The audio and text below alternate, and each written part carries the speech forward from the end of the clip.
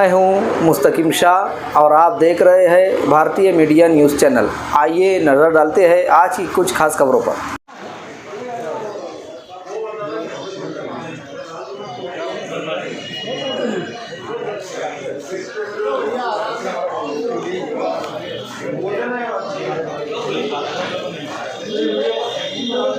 जी, आपका नाम और क्या हुआ है, किसके लिए आए आप? मैं भरत अरुण मेहता मालेगांव इंदौर गैस एजेंसी का मैनेजर हूँ और पिछले 65 साल से मेरे पिताजी और हम लोग यहाँ कारोबार कर रहे हैं इंडस्ट्रियल और मेडिकल गैसेस का।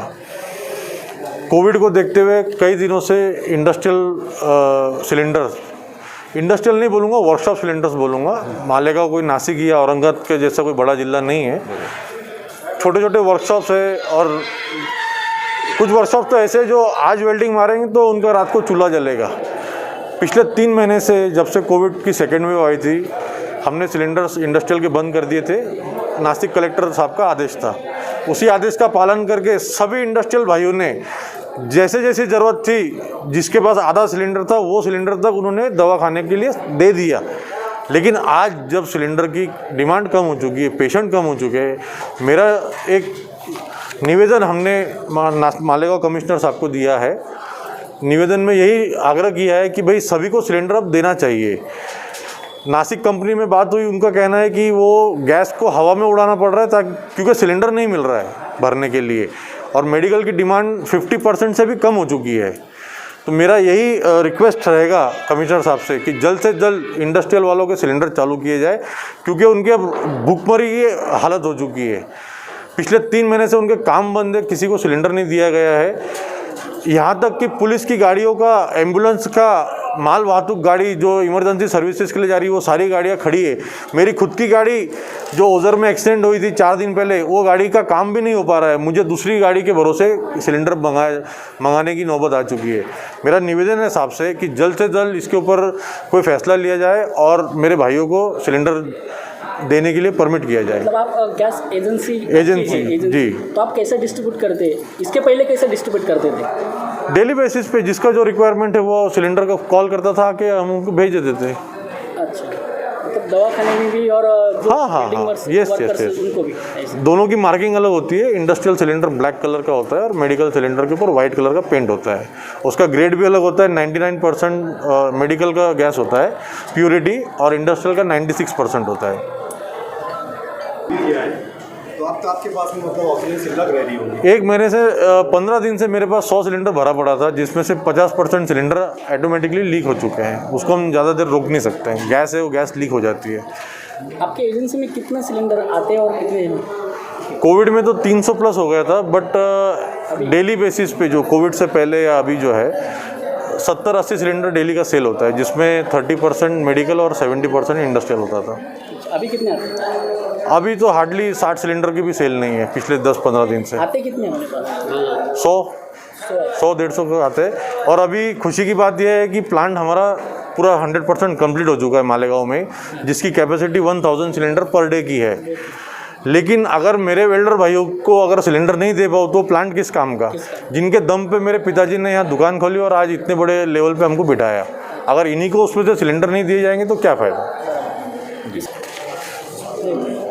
आपका नाम? मैं सलीम रिलायंस मोटर गैरेज मालेगांव मनमाड़ चौक हुली के ऊपर मेरा गैरेज है और मैं वहाँ गैरेज चलाता हूँ, वहाँ मजदूरी करता हूँ। हाईवे पे मेरा गैरेज है। आजू बाजू के जो तालुके हैं वहाँ से गाड़ियों का दर गुजर होता, चाहे वो एम्बुलेंस हो, प्रशासन की गाड़ियाँ हो, डिपार्टमेंट की गाड़ियाँ हो, सभी गाड़ियों का वहाँ से दर गुजर होता है। पिछले दिनों ऐसा हुआ कि एक पेशेंट था उसके अंदर, और गाड़ी का व्हील का जो लाइनर है उसका जो ब्रैकेट आता है वो टूट गया डायरेक्ट, और उसके अंदर पेशेंट था। तो वो हमारे पास वो जब पेशेंट का व्हील हमने खोले और खोलने के लिए वो पट्टी जो ब्रैकेट निकाले, पट्टी ब्रैकेट जो निकाले, तो उसके लिए हमको वेल्डिंग मारने के लिए ऑक्सीजन नहीं था। वो पेशेंट की कंडीशन इतनी ख़राब थी कि इसकी कोई इंतहा नहीं। और उसके वो कोविड-19 का पेशेंट था, उसके पास कोई आने के लिए तैयार नहीं था। तो मैंने अपना एक मास्क डबल किया, एक मेरा मास्क और एक मेरे भाई का मास्क उसके ऊपर डबल मारा और एक रुमाल निकाल के मैंने उसके ऊपर मार के वो पेशेंट को मेरे हाथ से मैंने उठाया और रिक्शा के अंदर डाला और वो पेशेंट को हॉस्पिटल की तरफ मैंने रवाना कर दिया। और वो पट्टी लेके मैं बहुत परेशान हुआ कि पूरे शहर के अंदर कोई मामला नहीं है। अगर मैं वहाँ पर डेयरिंग नहीं करता और वहाँ पर मैं पेशेंट को नहीं उठाता तो शायद वो पेशेंट वहाँ दम तोड़ देता था, क्योंकि वहाँ पेशेंट को कोविड-19 को कोई हाथ नहीं लगा रहा। मगर मैंने वहाँ डेयरिंग किया कि इंसानियत के नाते कि आज अपना एक भाई है, इंसानियत के नाते मेरा एक अपना भाई है, भले वो कोई भी समाज का हो, मगर एक इंसानी रिश्ते थे, वो मेरा भाई है। यंग लड़का था। अब आपकी कंडीशन हाँ, कई दिनों से तो फिर उड़ा के उसको डाला। अभी करीब कई महीने से हम लोग इतने परेशान हैं कि इसकी कोई इंतहा नहीं। हम लोग को सिलेंडर नहीं दे रहे राजा भाई साहब। ये राजा भाई साहब इसलिए सिलेंडर नहीं दे रहे कि इनको ऊपर से आदेश कलेक्टर साहब ने मना कर दिया। आप इनके पास सिलेंडर भी पड़ा है, ये कैसा सिस्टम है मेरे को समझ में आता नहीं।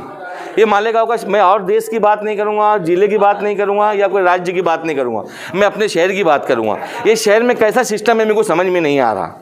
जो लोग रोजी रोटी कमाने वाले उनका काम बंद कर देते, उनको कोई तौर तरीका बताते नहीं कि डिस्टेंस रख के तुम कारोबार चलाओ, डायरेक्ट कारोबार बंद। ये चीज़ मेरे को समझ में नहीं आती यहाँ के सिस्टम की, पहली बात। और हाँ, अभी ऑक्सीजन जो यहाँ पे हमको ऑक्सीजन ही नहीं मिलेगा तो हमारा काम कैसे चलेगा बताओ भैया। अब हमारे मासूम बच्चे क्या खाएंगे और कैसे हमारा गुजारा होगा बताओ। बहुत दुख भरी कहानी, अंदर से दिल रो रहा एकदम।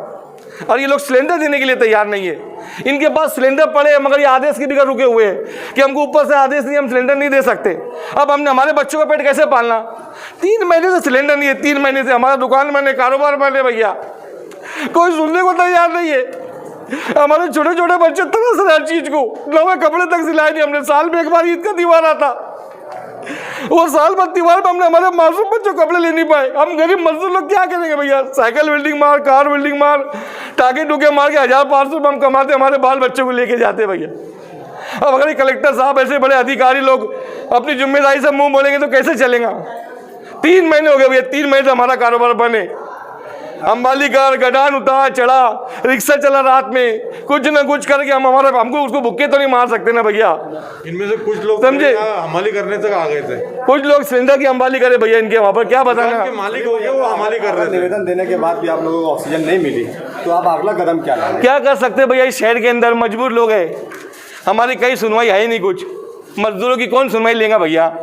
आज आके हम राजा भाई के पास आते, देखो राजा भाई कुछ करो, ये बंदा भी कुछ न कुछ हमको सपोर्ट करता, यहाँ लेके आता। मगर सिस्टम ही कहीं ना कहीं जाम है तो क्या करेंगे? अगर हर आदमी अपने ढंग से जिम्मेदारी ले ले, बड़े से लेके तो छोटे तक, हर आदमी अपनी जिम्मेदारी से मुंह मोड़ रहा भैया। 50 से सिलेंडर 100 सिलेंडर पड़े ऐसे जिसका गैस यूज हो जा रहा है, ऐसा ही फिजूल, और जिससे हमारा पेट पानी चलेगा। इतने जो 200-250 लोग हैं, इनके पीछे परिवार है, वो परेशान है, और यहाँ गैस ऐसे ही फिजूल उड़ जा रहा है। और कोई जिम्मेदार यहाँ पर जिम्मेदारी लेने के लिए तैयार नहीं है, कोई अधिकारी जिम्मेदारी लेने तैयार नहीं, क्योंकि उनके वो एसी में बैठने वाले लोग और एसी में घूमने वाले लोग भैया। यहाँ धूप आग के अंदर हम लोग मजदूरी कर रहे, कैसे कैसे कर रहे, हमारा दिल जानता भैया। हमारे ऊपर पुलिस, हम लोग जो भी यहाँ पर जिम्मेदार है, और हमारी आवाज़ जहाँ तक जाएंगी इनके माध्यम से, इनके चैनल के माध्यम से, तो मैं हाथ जोड़ से रिक्वेस्ट करता हूँ कि हम गरीबों पर तरस खाओ, इतना मत सताओ, नहीं तो हम जीते जी मर आएंगे, जीते जी मर आएंगे भैया। कुछ